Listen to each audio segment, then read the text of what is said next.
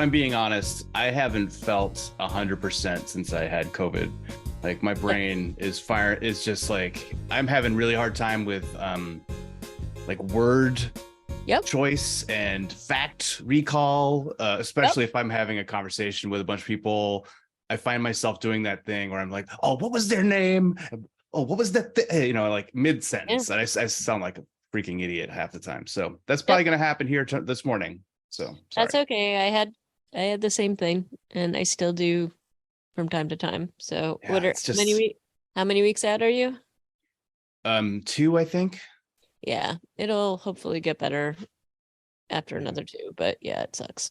Right. Sorry. Yeah. I don't know if my brain is having to make like new connections or what. It's one of these experiences though that just reminds me like how fragile Yep, the brain is. sentience and like being cogent really is. Like all it takes is a Yep.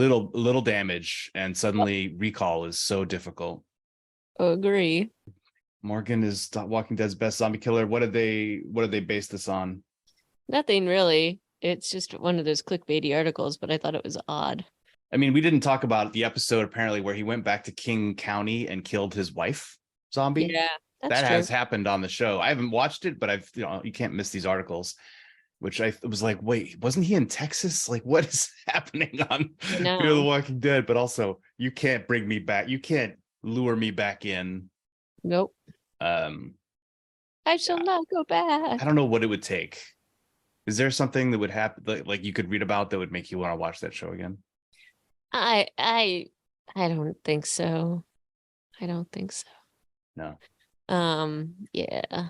Yeah. Cannot. Like Pedro Pascal joins the cast of Fear the Okay, Walking Dead. maybe okay, if that happens, sure. Sure. I can't I can't pass up Pedro I at can't any quit point. you, Pedro. I can't. He's the best. He is the best. Um and anyway, and yeah. So anyway, and he had this funny thing with also a clickbaity article, but he Yeah. really loves 28 Days Later, and I was happy to see that. Yeah. Especially, yeah. All right, so let's get into it. Hello, Right. everybody. This is this is not The Walking Dead. Hello, Ah! everybody. This is Reanimated Podcast about all things zombified, undead, desiccated, and entombed beneath the earth, perhaps. My name is Stuart, and I'm one of your hosts. And joining me are the dulcet tones of H.A. Conrad in New York. Hello. Hello. Hi. We have just been doing a little bit of preamble discussion on topics ranging from WTF is going on with Russia, submersibles, and zombie news in the news, of which there is always not as much as I want. HA, what's your take on this? I mean, do we want? Yeah, we kind of just talked about Fear the Walking Dead a little bit. I might just snip that back into the podcast as opposed to our pre-discussion, but do we care that Morgan is apparently the best killer on the show? Not really. But I do think that your question about what it would take for me to start watching Fear the Walking Dead was pretty funny.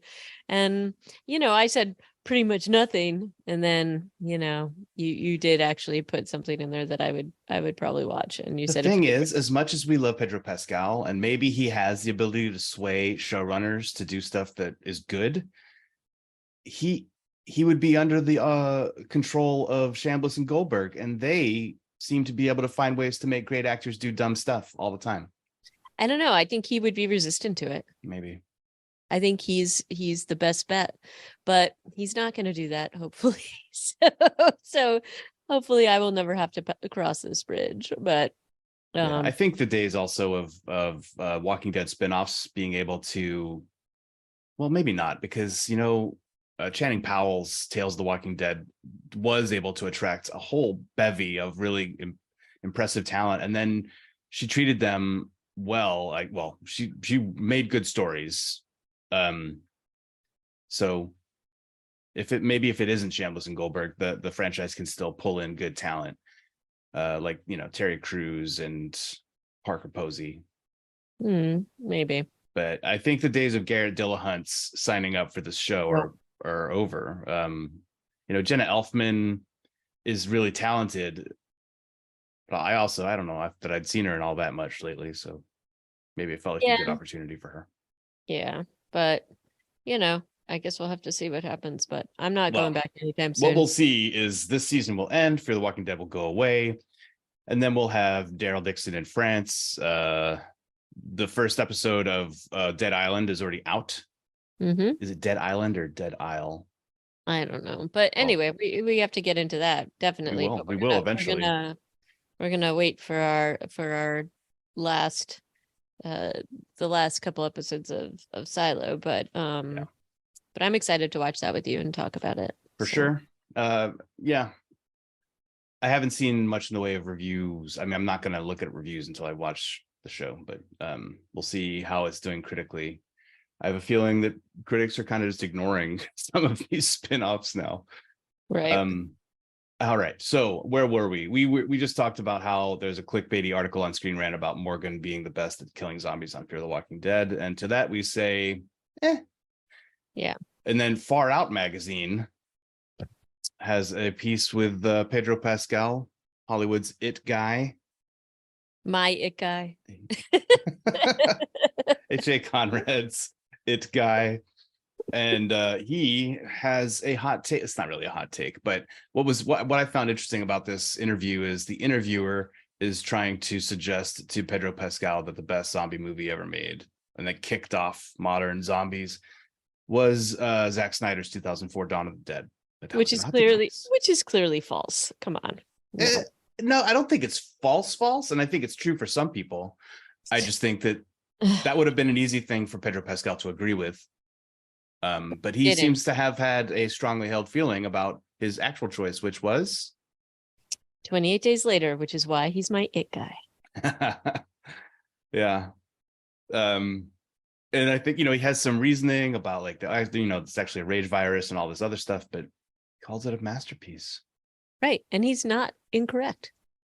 He is absolutely right. Yeah. All right. I gotta stop fawning over Pedro here. And then the next one was also one of my faves, which I just thought this was just this is kind of a silly little article, and it's leading in. It's one of like the PR things going into the Dial of Destiny, because Mads Mikkelsen is playing a baddie in that, and somebody asked him if there was like a role or like a villain or something that he ever wanted to play, and apparently he really wants to play a zombie, or so he said in this, which I just thought was kind of funny. I feel like of all the stuff of his that I've seen, is it possible that Rogue One is the only non-evil character he's done? I know. Like, is he done any other? I guess it's wrong that I don't know this, but and he basically designed as a Death Star in that. So yeah, I mean, I think you play to your strengths, and he's really good at playing baddies. He's just got that way about him. But I think it would be cool to see him in other roles, because I bet he's got a pretty cool range. So I would not be anti to seeing him play like a hero or something. So he was amazing as Hannibal Lecter. He really was terrifying and amazing. But yeah, he did that. I have to say, before I watched it, I didn't like, I knew he would do it well, but the depth that he brought to that character, and he was just completely terrifying. And I mean, not to mention just that show, the guy he was playing against, I forget what he even was, because it's been years and years, but like the empathy, empath guy also brought top notch acting and so the two of them, when they were both playing off of each other, just crackled. It was really good. Oh yeah, I mean, that was just Hugh Dancy, right? That was who played Will Graham. Could be. And that cast was amazing. Overall, was just an incredible cast. So, but those two definitely had like a ton of chemistry. But yeah, I would watch Mads in anything, but he does terrify me. And what I was going to say is that I totally remember watching Silence of the Lambs, and the first scene where the scene where that you first meet Hannibal Lecter.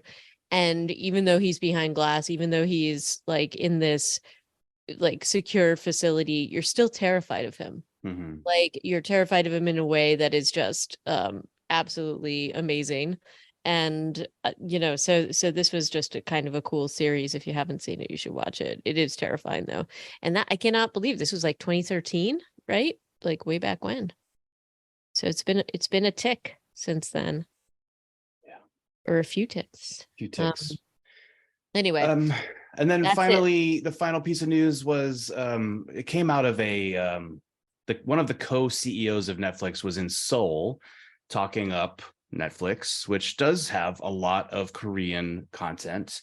And some of it we have watched and reviewed on this very podcast. I'm looking at you, All of Us Are Dead. And All of Us Are Dead is included in this crazy statistic that this Netflix executive was sharing at this conference, which is that 60% of Netflix subscribers have watched a Korean show globally, which is, I have to assume, lots of people. One of the other things that he said in this speech was that like 90% of Korean romance, I think it was, is actually watched outside of Korea. So they've got some sort of secret sauce over there. So he called out All of Us Are Dead and The Glory, which I haven't seen, which were in the top 100, the top 10 shows on Netflix in over 90 countries at the same. I don't know if it was at the same time, but it was within the last year when All of Us Are Dead came out. So just crediting a zombie show with securing such a huge market share, I think it bodes well for the future of that show, at least, and maybe for Netflix's desire to make more zombie stuff, possibly. Well, Kingdom is also amazing, and so. Also just on hiatus, like has no news, man. So again, I did my futile internet searching this morning. I know. Coming up with Zippo. I always search to see if, is there an update? No. I mean, that's where I found this article from Yahoo, which is about this 3-day visit by Netflix co-CEO Ted Sarandos. But so maybe there's a glimmer of good news there, but like I've been bemoaning on this podcast for weeks now, the state of streaming is not probably too far from the state of the Putin regime in Russia. It's fallen apart. It's fallen apart on us. Some Squid Game action happening. Yeah. Well, I think Squid Game has a little more organization to it than perhaps the situation in Russia right now. However, what else is falling apart, if you ask me, is the situation inside the silo. Ooh, nice segue. Good job. Thank you. Are you ready to talk about Flamekeepers and Hanna? I am. Flamekeepers, directed by Bert and Bertie. Again, these two British directors, neither of whose names are Bert or Bertie, and who directed the pilot of Dead Island, which we have yet to see, and written by Jessica Blair. This one starts us out. Let me go back to my notes. Oh, yeah. Outside the silo. Well, actually, no. Inside the silo, because we're inside Gloria's head. Right. Where she's having a very nice dream about the beach. But the beach is like pretty fake looking. And I think this was like a conscious choice. They were like, this is a person who's never been to the beach. Right. This is what a person who's never been to the beach but only seen it in a book and who is high as hell might think it feels or looks like. So I thought this was an interesting way to revisit Gloria, because also we haven't seen her in several episodes. Nope. So yeah, what was your take on Flamekeepers this beginning? I thought the same thing, was that this was a person that had never actually been to the beach. And Gloria is an interesting character, because I think that the way that she is set up, like how she is set up and how she is sort of portrayed, is, I think that it makes the audience, like, you have doubts about her. So there's a little bit of like the paranoia, like even when she was interacting with the sheriff and his wife, when Allison, like when she was interacting with them, I think that there was a little bit that like the way she was acting seemed erratic and seemed like maybe she was paranoid and that this was potentially something in her own head. So I think it's an interesting way to sort of see her, because the audience is like, well, what is the deal with her? Is this are the things that she is saying and thinking actually real? Are these delusions? Are these drug induced? Is or is she somebody that is like a truth teller and she's been kept quiet, or they're trying to keep her quiet? And we've seen that she was correct about like Allison, like saying that they were basically trying to control her and didn't want her to have children. They didn't take the birth control out. But even when Allison talks to her husband about it, talks to the sheriff about it, says, oh, they're going to say that it was a placeholder, that it was something else. So I think that there's a lot of sort of misdirection, and it's kind of cool the way that they like have this character share information with Juliet. Mm-hmm. And not only share information with Juliet, but also reveal information about Juliet's father. Like there's a lot going on in this episode. With Father, this mother, George's yeah. mother. Like there's some crazy links that come out of this conversation. The reveal of these Flamekeepers, I'm trying to remember. Does that sound familiar to you from the book at all?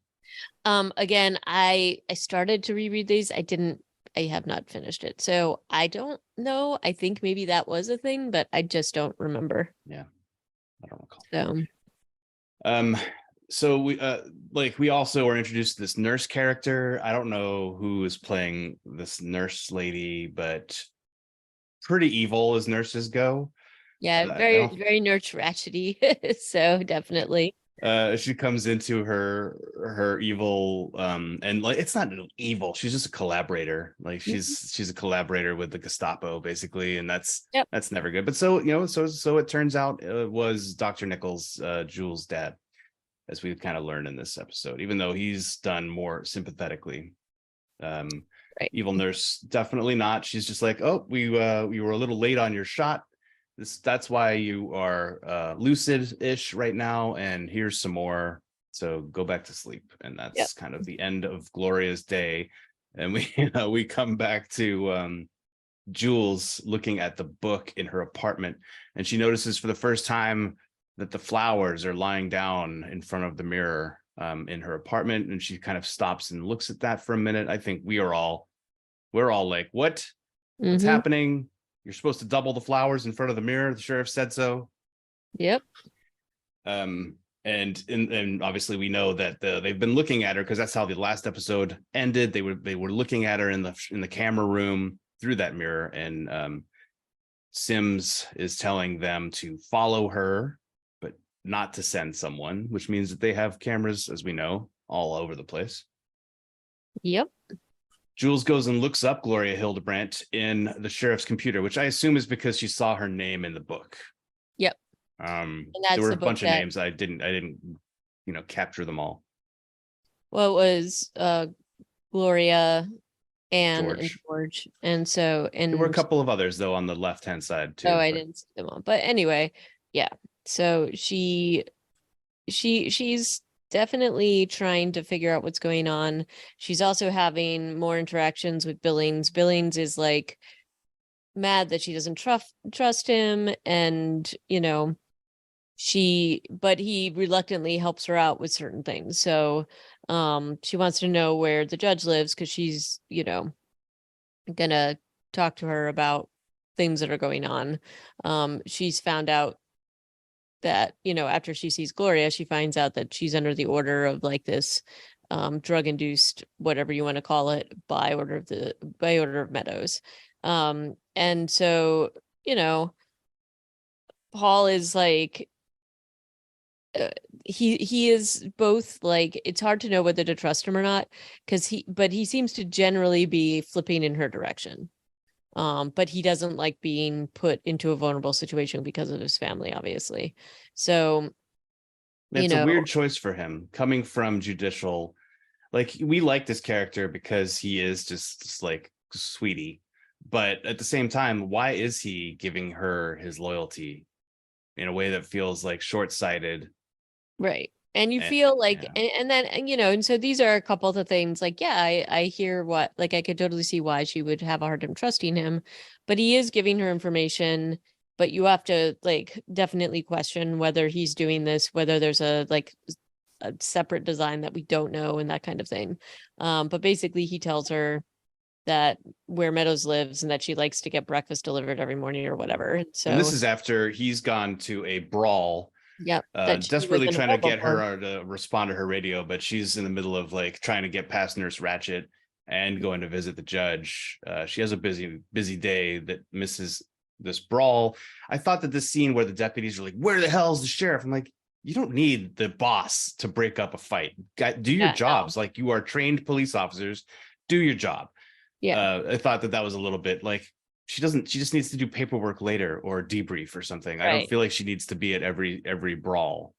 Agree. And then, but this is also a little bit of a, you know, he's being asked by like the mayor and like trying to cover for her because she was supposed to go and meet with the mayor and he was the one that covered for her and just said it was delayed because she wanted to go on her Gloria mystery tour there. Mm-hmm. So I think that is like a piece of that is that he's putting himself at risk too. So I thought, agree with you though. I don't think that they needed her to break up that thing. It's kind of weird.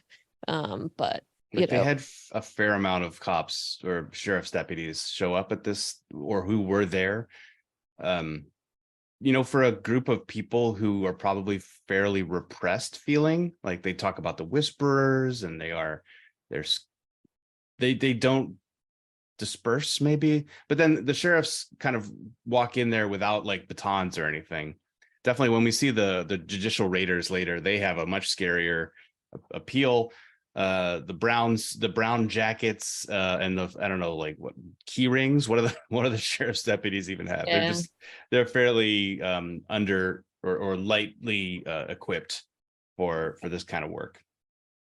yeah, So it doesn't break up quite as fast as you'd think. Billings actually gets pretty beaten up, but he throws himself in there, so you got to respect it.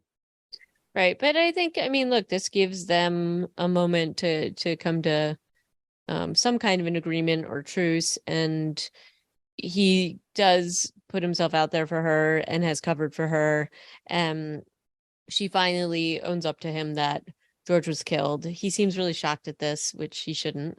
And she's putting herself out on a limb here because he could easily, turn her in about some of the things that she's been doing. And because some of what she's doing involves people from judicial and Sims, and it's really and she is putting herself at risk here because she does know his ties with judicial, and that he really is set up to be her replacement.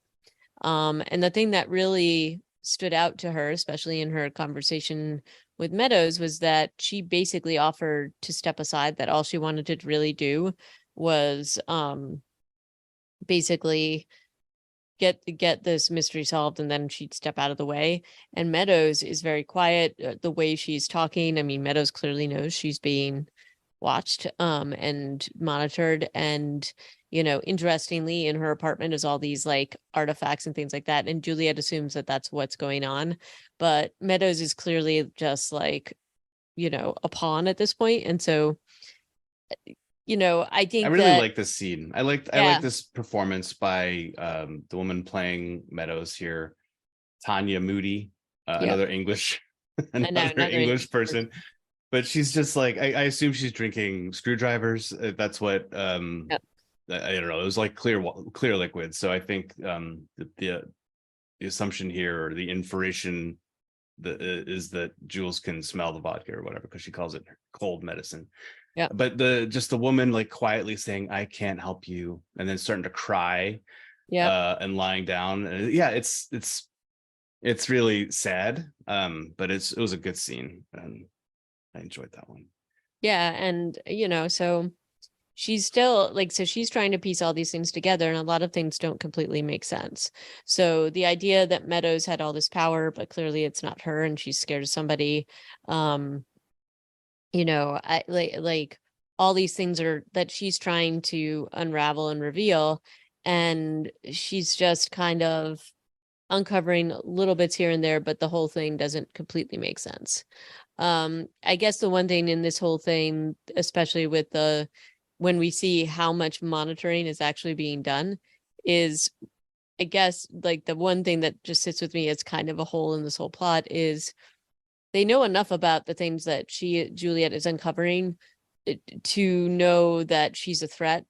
We don't know why she's a threat, but we do know that whatever she's doing is totally unsanctioned and absolutely outside of the pact. So I guess my question is like, why wouldn't Sims just take care of her really quickly? So that doesn't completely make sense to me. But I don't know. Did that bother you at all? Run that by me again. Why doesn't Judicial just like take her out? Yeah, because I mean, she has they have been watching her. They know that she has the book. They know that she's, talking to, they don't know exactly what she and Gloria have said to each other, but they know that she's somehow involved in, they know she's talking to her in any case. They know enough by observing her, some of her suspicions. So it just feels a little bit odd to me that they would still be laying her out there, running around, stirring up trouble that they seem to be so afraid of. Yeah, I mean, I think they're trying to walk this line between letting everybody know that they're under surveillance and still reacting in ways that can like tamp down the worst breaches. So they don't actually send in the raiders until after she covers the mirror. Is that even in this episode? Yeah. Yeah, it is. Yeah, it is.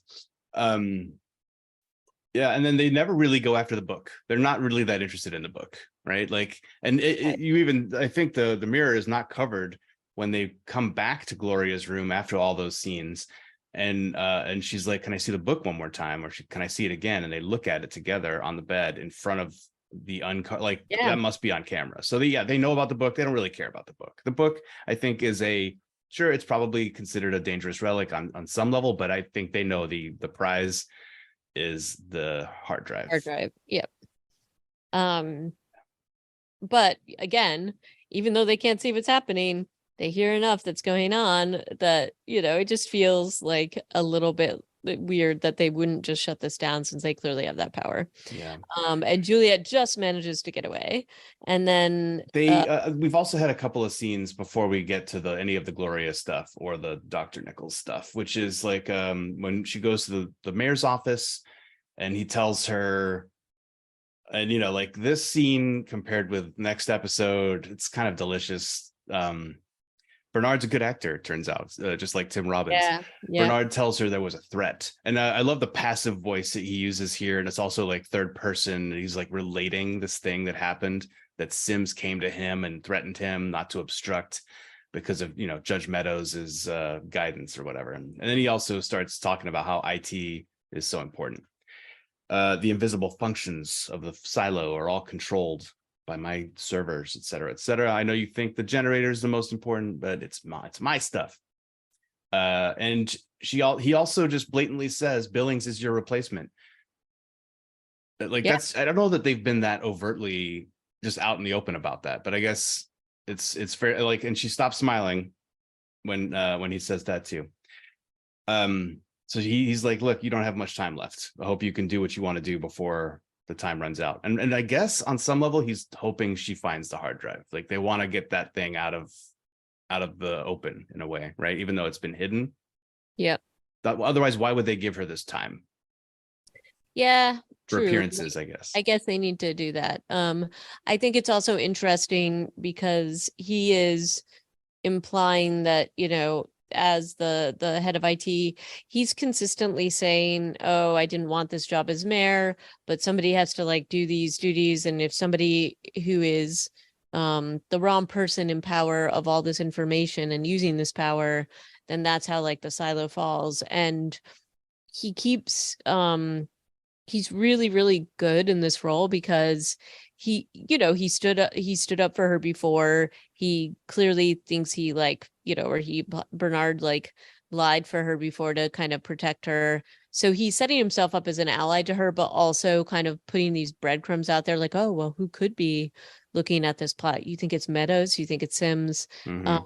And so, I think, knowing just how he sort of behaved about the heat tape and things like that, I think there's always been like a suspicion about his motives and things like that. But I think that his acting here and like, look, I don't think she completely trusts him, but I don't think she has a choice here. So she's kind of like taking his allyship for what it is at this point and trying to just, I think, bide herself some time.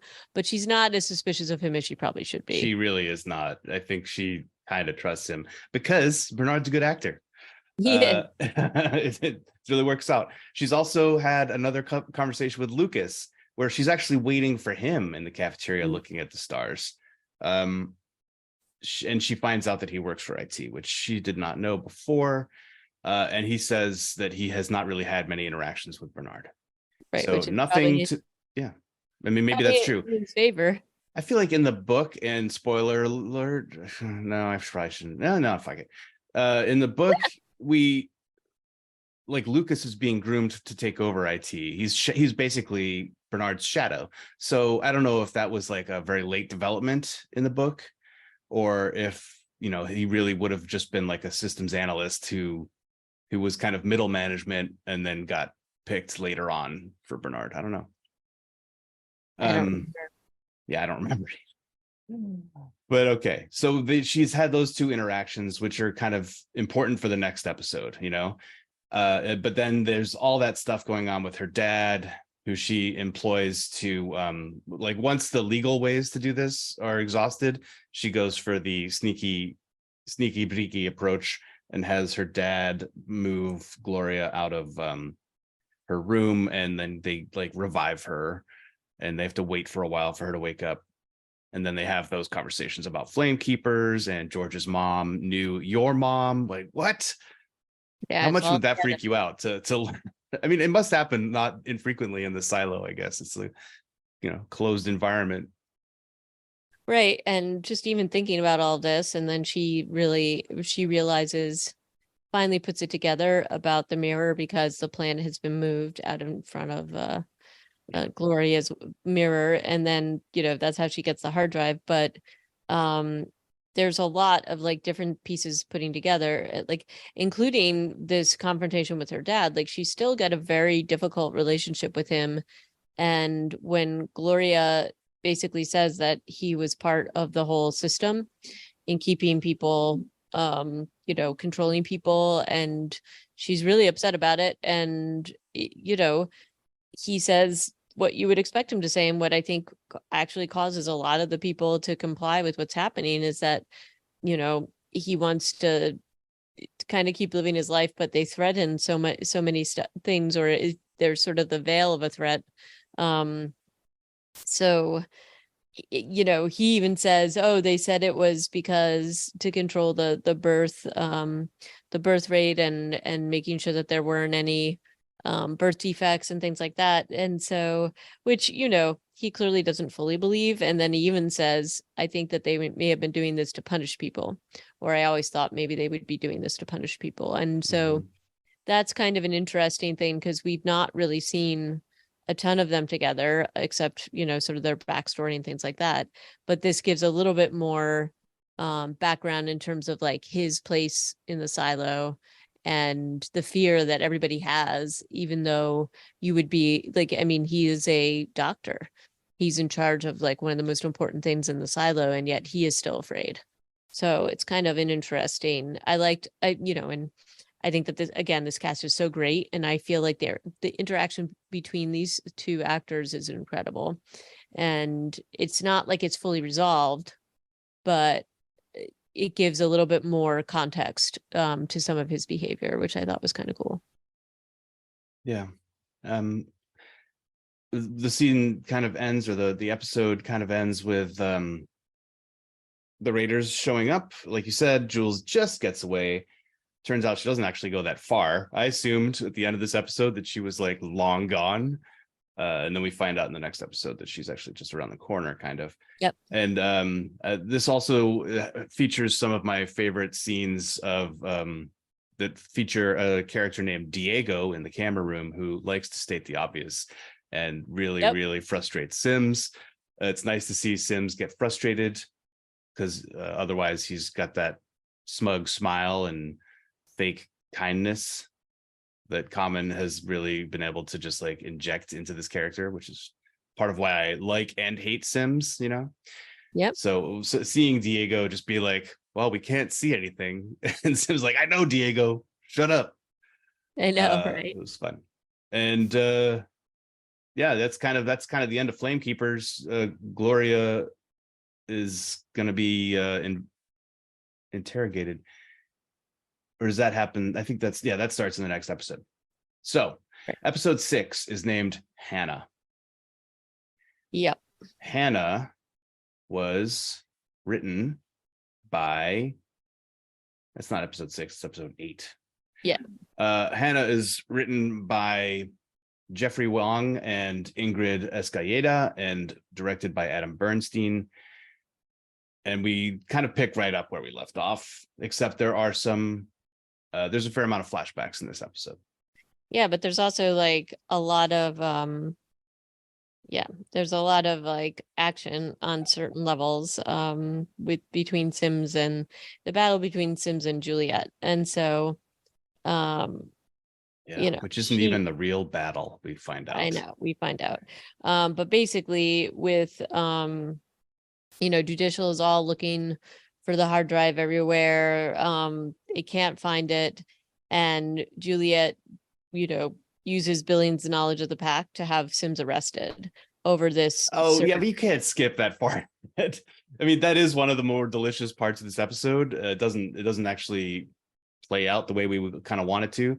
But this also has all these stories about the rabbit and the microscope that kind of play out in between scenes. The judicial raiders are coming to look for Jules. They're looking all over medical because turns out they've been taking cameras out of there for years, which is also an interesting piece of world building. Like, yeah, things are breaking. They're running out of these cameras. And so they've been putting them in other parts of the silo, which is interesting. Well, but the point is that, like, yes, she has all these flashbacks, but part of why she's having these flashbacks, I think, is everything was kind of busted open with her conversations with Gloria and her father. And so we saw, like, it's kind of interesting, the storytelling in this, because earlier on we saw the impact that her brother's and her mother's death and her mother's suicide had on her. And I think that the nice part of this, not nice, but like the interesting part of this is that I feel like the audience was like, oh, I understand why this is like a complicated relationship. I understand why she like went down to mechanical, and even her dad sort of says things to lead you to that, but it is so much more deep and complicated than that. And so I thought it was very nice how they did these flashbacks. And it helps introduce the scenery, the setting of the farm, because we go there in that first cold open with her mother and Jules trading a rabbit for drugs from a farmer. And then they're talking about like helping it or not eating it anyway, because it's sick. And so it's like, it's not just like, I'm getting a pet rabbit for my daughter. There's something more to it. And in between all these scenes, we also have the raiders are going out throughout medical. Sims comes and talks to Gloria and gives her that smile, takes the blanket off the mirror, and it feels like, and what was crazy in the scene is she helped him and his wife get pregnant. It seems like, I mean, she was their consultant for their fertility. She gave them folic acid, and he has a son who we know from earlier scenes in the show he's very fond of. I think he does feel on some level like he does owe her, but it doesn't mean he's not gonna interrogate her. And I don't think she's holding anything back. She doesn't come out and say on camera or in the scene like, oh, she took a hard drive out of that vent. Yeah. But she is saying like, oh, Holston put something in there. It was a bag she took out. Yeah, that's what we see her say. But the reward, more drugs. Like, he's just like, give her the good stuff. I mean, that's kind of what he promised her. He was like, Mhm. you can go back to your dreams. He's like, why can't she just, maybe that's what she wants. I don't think that's what she wants though. I don't know. It seems like she does. She just wants to get back on that beach. Get That back fake. to the beach, just be But in a coma for the rest of her life. well, and I mean, she even says that to Jules, like when Jules and her dad bring her out, which why, when they bring her out of her coma, which is not very pleasant anyway, because she's like had a seizure and feels crappy. But she's like, oh, I just want to go back under. I don't want to be in this world. And so, yeah, that's kind of what she wants. She kind of wants to be in this haze because she doesn't want to deal with reality, which you can kind of understand. It's not exactly like she's had an easy go of it. Mm. And everybody that she seems to have cared about is gone. So, I get that. And, Juliet, we see Juliet's sort of earlier experience with judicial, related to her mother, and that her mother was somebody that was also curious. Not just curious, and, but like brilliant. Like she and designed a brilliant. microscope. Yep. I mean, I And don't know how powerful it really was. How big is a rabbit's heart? I don't know if I remember, but I've eaten one. Um, uh, but like she does a surgery on a rabbit, and Jules is right there with her, and they want to, they're doing it together. But then next thing you know, Billings is calling the sheriff back up to the office because she's tried to break into the hard drive, couldn't, runs back upstairs, and judicial thugs are turning over the sheriff's office. Like, events that will probably uh, send the silo into upheaval. This is one of the things that is a little bit hard for me to stomach or to swallow about this show, is all of the things that Bernard, spoiler alert, Bernard and Sims or Meadows or whoever are willing to do to right the ship are also super disruptive. right. And Yeah. no, and I agree. And I feel like, isn't it, and maybe that's somewhat of the point, is like what they're doing seems to be disrupting this silo in a way that doesn't make sense. Like if your goal is to protect these people and protect and like not have chaos, all the things that are kind of happening seem kind of chaotic and terrifying. But I think again, this is like more and more of the reveal is what this situation in the silo actually is for the denizens. They're not really happy. They're really, they're under surveillance, everything is controlled, they live in fear. And then you have to think about, well, how involved was Johns and Marnes? Did they know about this stuff, or was this all being kind of handled on another level? I kind of suspect that it was, given John's reaction about judicial. And, she didn't seem to mistrust Bernard, but, she did do her own thing, kept her own counsel. So, I feel like the more that is revealed of this world, the more dark it gets. Mm-hmm. And the less like, this is just a, company of people trying to survive. And then more it feels like a repressed community, so it's kind of interesting how they show you more and more and more and more of what is happening on the sort of the underbelly of the silo. Yeah, So it sure makes sense why Jorah Mormont is so scared of Judicial and the Whisperers, right. because we also have those scenes, right? And her Hanna like giving in and putting it together in front of them, and the guy, the chief thug, is like, "What is that? What even are you doing?" But as soon as she puts it together, he smashes it. And that's flashback is playing at the same time, or like interspersed with the with the present day turning over the sheriff's office. Very anger inducing scenes. And you're just like, wait, these sheriff's deputies are letting this happen in a way. She kind of makes us think about it, but she doesn't have, like, nobody is willing to stand up to these judicial raiders. And I guess they're more armed and armored than any of our brown jacketed deputies. So it all kind of just goes down. They even like search her bag. And then they take a box of stuff downstairs. And this is where Billings and Jules have that conversation. And he's like, look, they skipped 10 steps. This is a violation of the pact. And she's like, okay. maybe she overplays her hand here. I think, the show wants us to think that because she's never really known what's going on. That's, in her Right. search for the truth, she's gotten closer, but she's clearly still completely outmaneuvered as this kind of sequence of events unfolds.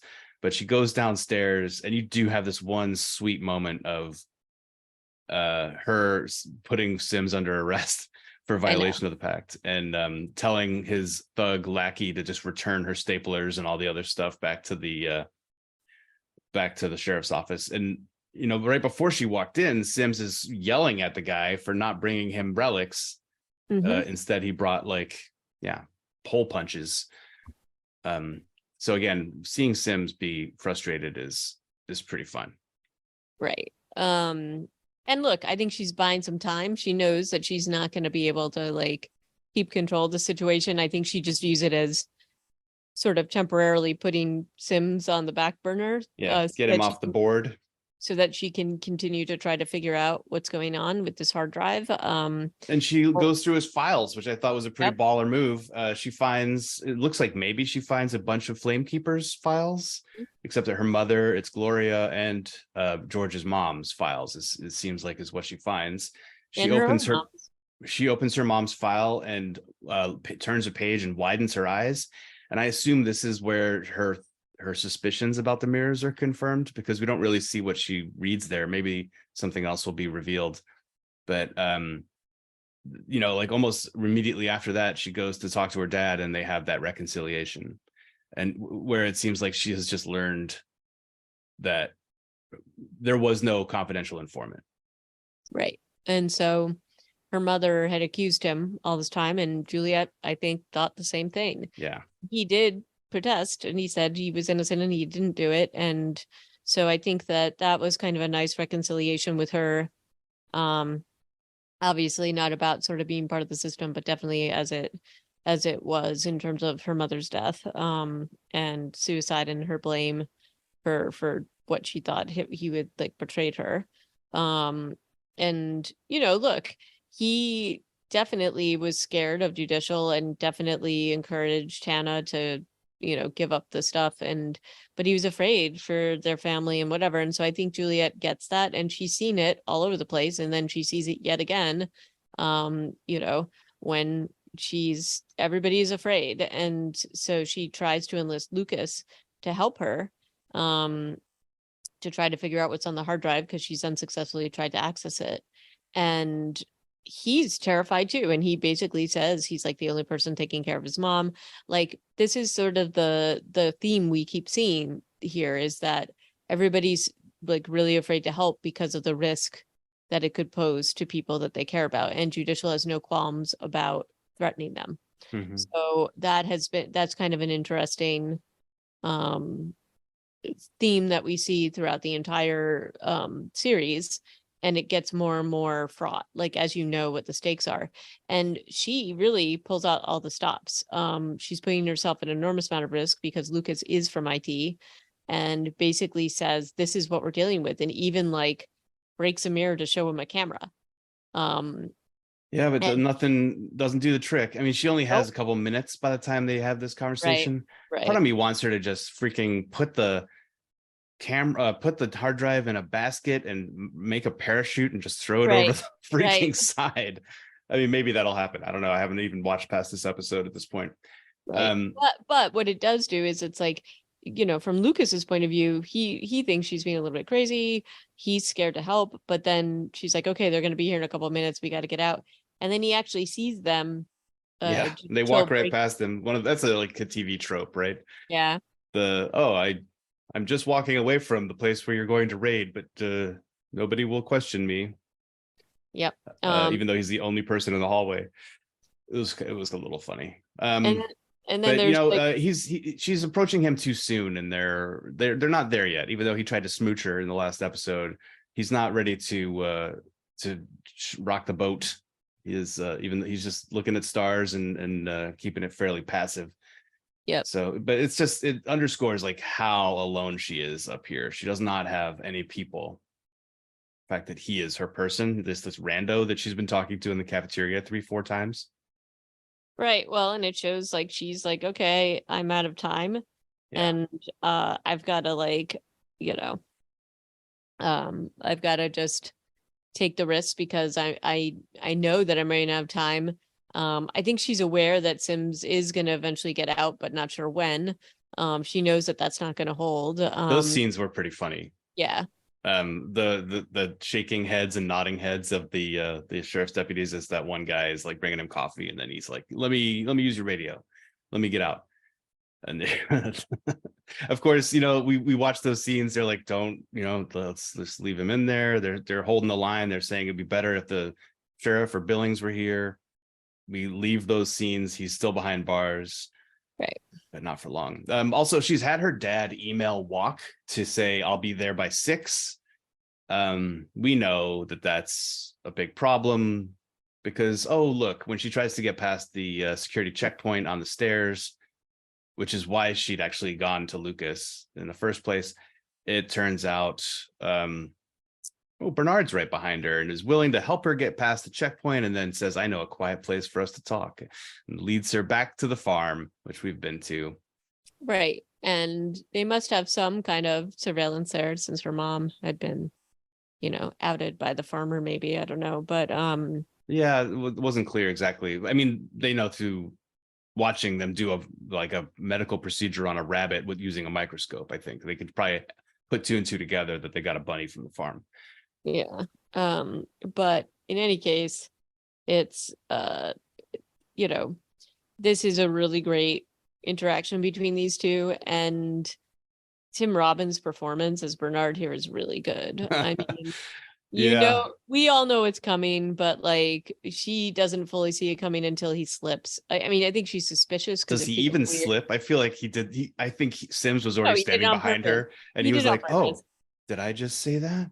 It's Yep. because I'm scary and evil." Yeah, I know. And he's really scary and evil. And just having the Sims thing show up, and then she makes like a real effort to like yeah, she get kind of away. I mean, she does a decent job, but there's 5 of them, and yeah, what she gonna they have like sticks and like clubs, and but she really does a good night. The fight choreography is really great here.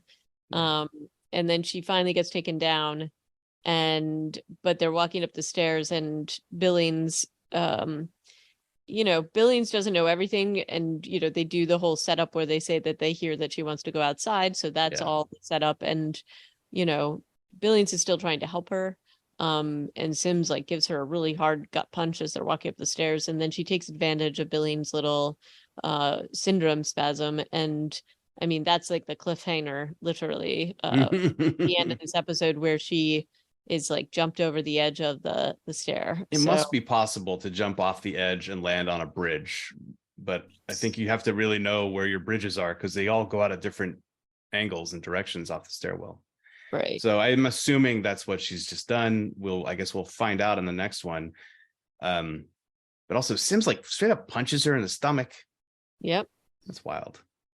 I saw somebody point out, I don't know where it was, somewhere on the internet, that she was cuffed in the farm, and then she's not cuffed on the stairs. But also Billings has shown up, so maybe he uncuffed her. Things are going badly. Walk apparently has agoraphobia and really can't leave her workshop, but has also gotten Shirley involved, and Shirley has told Walk maybe that Jules said she wants to go outside, because I feel like they don't actually say, they just say, oh, Hank told you what? All the sheriffs know what? Yeah. So we got the beginnings of some rumblings down in the deeps.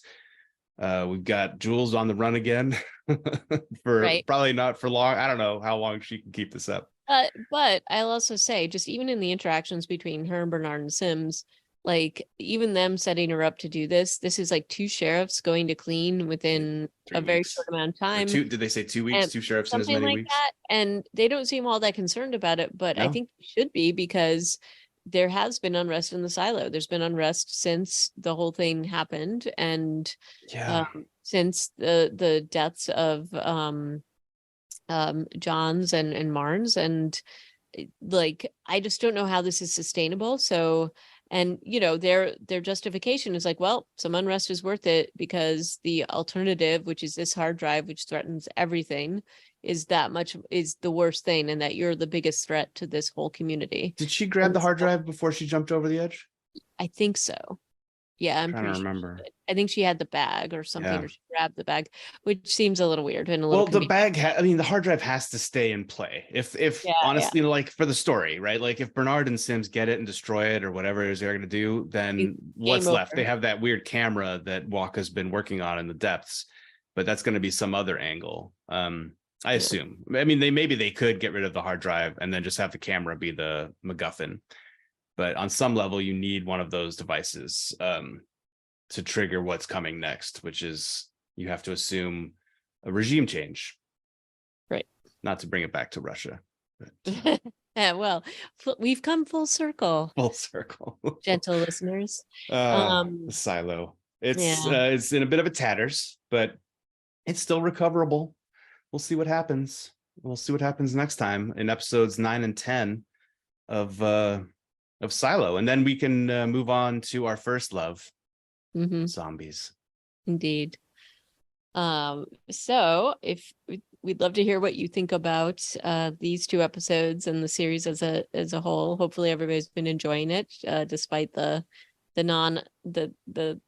lack of undead content.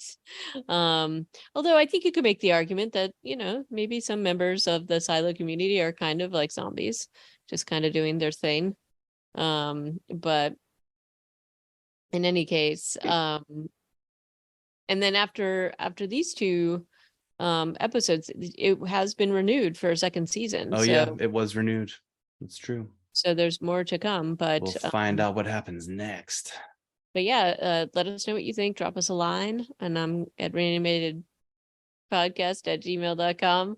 I'm gonna let Stuart say the other things. Golly. Reanimated PCast is our Twitter handle, and you can find our episodes on Podbean at reanimated.podbean.com. So join us again next time. And I will say for now, cheerio. Ciao.